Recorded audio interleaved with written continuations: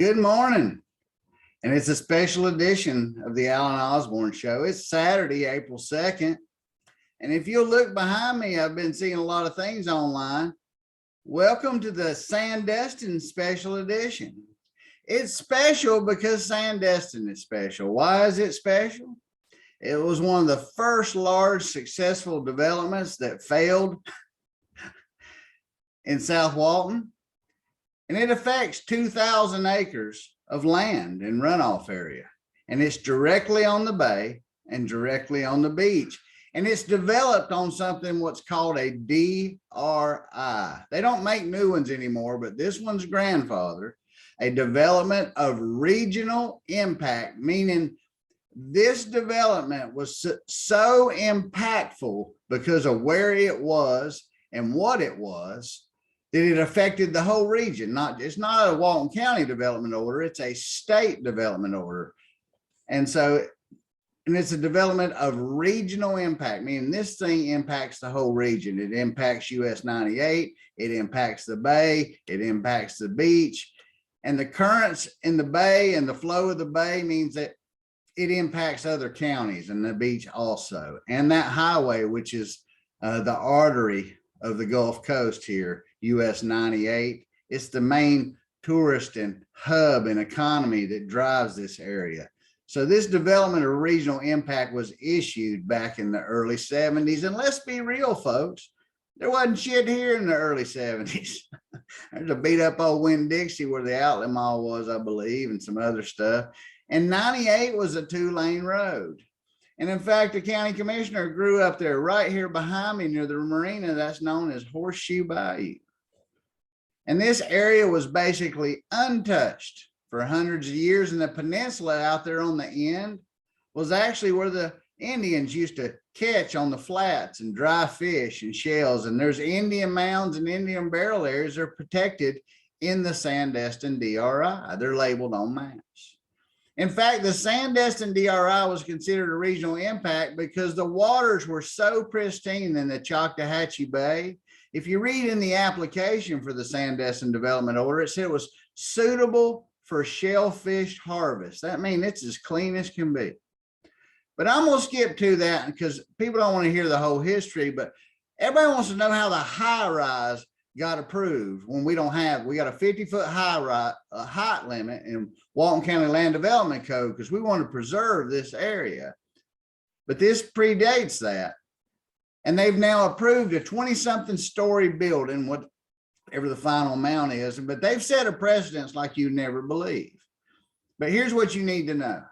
When Sandestin was approved, it had some requirements to get all these privileges that it had. It couldn't change stuff but so much. It had to do reports, and it had to follow strict standards of what it did and how it reported. And what it was allowed to do was conditional, meaning based on what they said they would do, they could develop.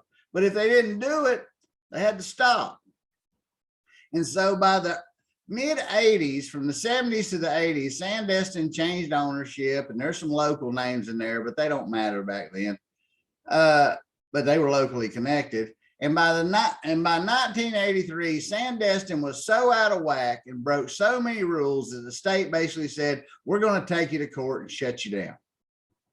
And they all cried foul because this was the only economic engine in the 80s going in South Walton. I mean, there was resorts that had condominiums that had gone bust. This was the great hope of South Walton at that time. 30A was a sleepy little area in Seagrove. There were people that were financing lots and they would finance the money for $7 grand down 30A about the time this thing was in trouble in the 80s. So you think about that. So they went in there and the county said, oh, with the state, and they did a settlement agreement that's known as the 1984 settlement agreement. I'm just going to go there from the 80s. It basically said, yeah, we know we did wrong, Walton County and developer, and from here on out, we're going to do right. And one of those things was drainage, and one of those things was traffic, and one of those things was open space. And so by the 2000s, and this area had started to boom, Sandestin was sold again And a company named Interwest was developing that thing and realized that it was out of compliance. So they started selling off chunks, and they sold off 400 acres known as basically now known in the Sandestin DRI as Driftwood Estates, phase 1 and phase 2, multiple sections, about 400 acres of it. And there was a road dispute, and it had to do with people saying, by God, that's a county road. You ain't having access to Sandestin. Now, it was part of the plan for the traffic to flow out the main gate of Sandestin, because back in the day, the way out of Driftwood, it goes through another community called Hidden Harbor. I mean, it's not even in the traffic flow. It was an emergency exit back in the day. But be that as it may, there was some massive disputes, and there was no hearings or anything. And they just started breaking the rules that they had agreed to in 1984. So myself and some other people sued them over it. And the state wrote them letters. And this is really where it gets interesting. In 2007, Alan, that wasn't a crazy guy anymore, raising his hand at meetings saying, hey, they're breaking the traffic rules. Hey, they're dumping all this water in the bay. Hey, they violated open space. The state actually wrote them a letter. The Department of Community Affairs, which is no longer there, they wrote them a letter and said, hey, you're breaking all the rules you agreed to. And there it started in 2007. And really, at that point, the county had sufficient information and should have shut down Sandestin. But there were locals involved. And if that was true, it would have meant people in the county lied, and it would have showed their incompetence. And it would have made me look right and some others look right that they didn't want to look right. So they just didn't follow them, and we all went to court. And the state wrote them more letters. But the county engineer, Greg Graham, who used to work for the developer, stood up in front of everybody and said, no, it's in compliance. And that we're following those rules. And when we got to court in 2016, we got down to it. Nobody had disputed what the standard was. They said they were going to bring it into compliance and write grants.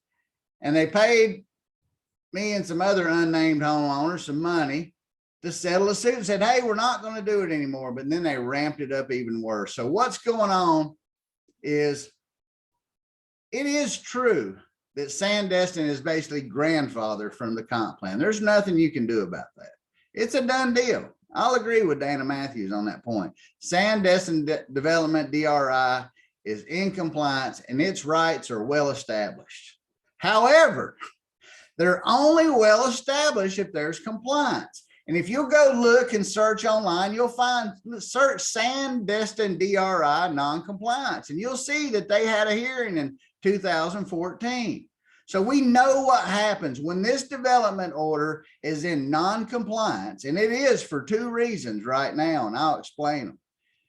The county staff shouldn't even take a development order application, and they've already admitted that in the past. So the great crime is here, not why is there a 22-story building being approved, is why is there a 22-story building being approved when the development order is in non-compliance? And why is the staff lying about it? Why are the county commissioners voting for it when they have this same information of the lies? Let me tell you, the state agency over this has written 5 letters to them telling them they're not compliant. They've done nothing. They've just continued to lie and spend your money on it. The Florida Board of Professional Engineers said that the county staff and engineers and the planning staff were using the wrong standard.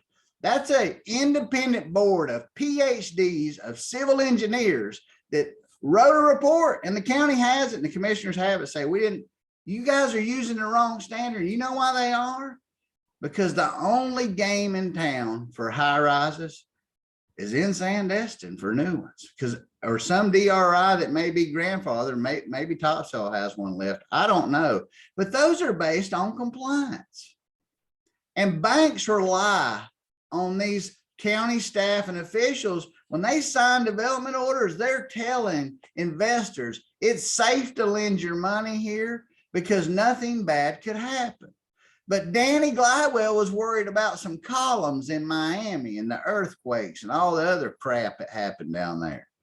But he's not worried that they're lying to future investors. They're lying to the locals about the water pollution and the traffic impacts that are being allowed without being enforced. You're right, Sandestin, you got some rights, the developer, and the Sandestin owners, they're hemmed up with a lawsuit where their own association can't object. So that's being hid. And your county attorney, Clay Atkinson, worked for the developer. This is the dirtiest deal ever. And why would they do that? Because it's too big to fail. Remember those words when we bailed out the car makers on the lie, how far in the books they were? That's the same way with the county. And they don't want you to know or lose control that it doesn't matter to them that greed and the cover up of who did wrong and the lack of accountability. And you know something? I'll tell you what, Sheriff Atkinson knows about this fraud. Why isn't anybody doing anything? I mean, it's got, because, you know, the sheriff works for us. Just listen to what he says. So for those of you that join us, maybe that are not local, this is my opportunity to speak to my bosses, the citizens of Walton County. And we talk about what's going on in Walton County. We'll even talk about something outside the county. How about? Well, we don't need to talk about something outside the county, Mike, and we are your bosses. You need to get off your fat butt and out from behind that PR and find out why there's fraud occurring. You've got all the information. That's right. Your sheriff, I'll tell you what your sheriff's not going to do. He's not going to step in big money because they'll put him out. He's the part of the plan. And Matt Carpenter's been covering this up for years, and Christian Shell knows and plan, and they all know. Renee Bradley, they know, the engineers know, and every one of the commissioners know, and the sheriff knows that this thing is a $500 million fraud, but they just won't admit it. And so it continues to impact traffic, impact water quality, and your commissioners don't care. So call your commissioners. Invite me to give you an hour and a half, 2 or 3 hours of the documents that prove this. Mr. Becknell that owns SDI, he's a rich man, in my opinion. Tom, you could sue me for lying. So could your worthless attorney. But the problem is, I'll pull these documents out and show them to you. So I hope you citizens wake up. This traffic out of compliance by their own paperwork. They cut off driftwood and every bit of that traffic goes down Mac Bayou Road, but they don't tell the state it's over 15%. They cut off 23 to 25%, depending on calculations, of the landmass to use a road that wasn't its primary exit. And then they didn't hold the hearings. If they want to do this, they've got to hold hearings, but they'd have to admit they were non-compliant first, and they just don't want to do that. And that's how the big condo happened. It's greed, sex, and politics in Walton County, all the things that make a Jerry Springer show. And this is what's going on in your nation. It matters who you are, who you know, who you blow, and how much money you got. And we've got to level the playing field. It's a capitalistic country. You can do what you want, but our government has to be fair. And that's what I think on a rainy Saturday morning. I bet they wish I'd have had sunshine and I could have been working. And that's the way it was on the Alan Osborne show. Y'all keep them straight out there. You hear?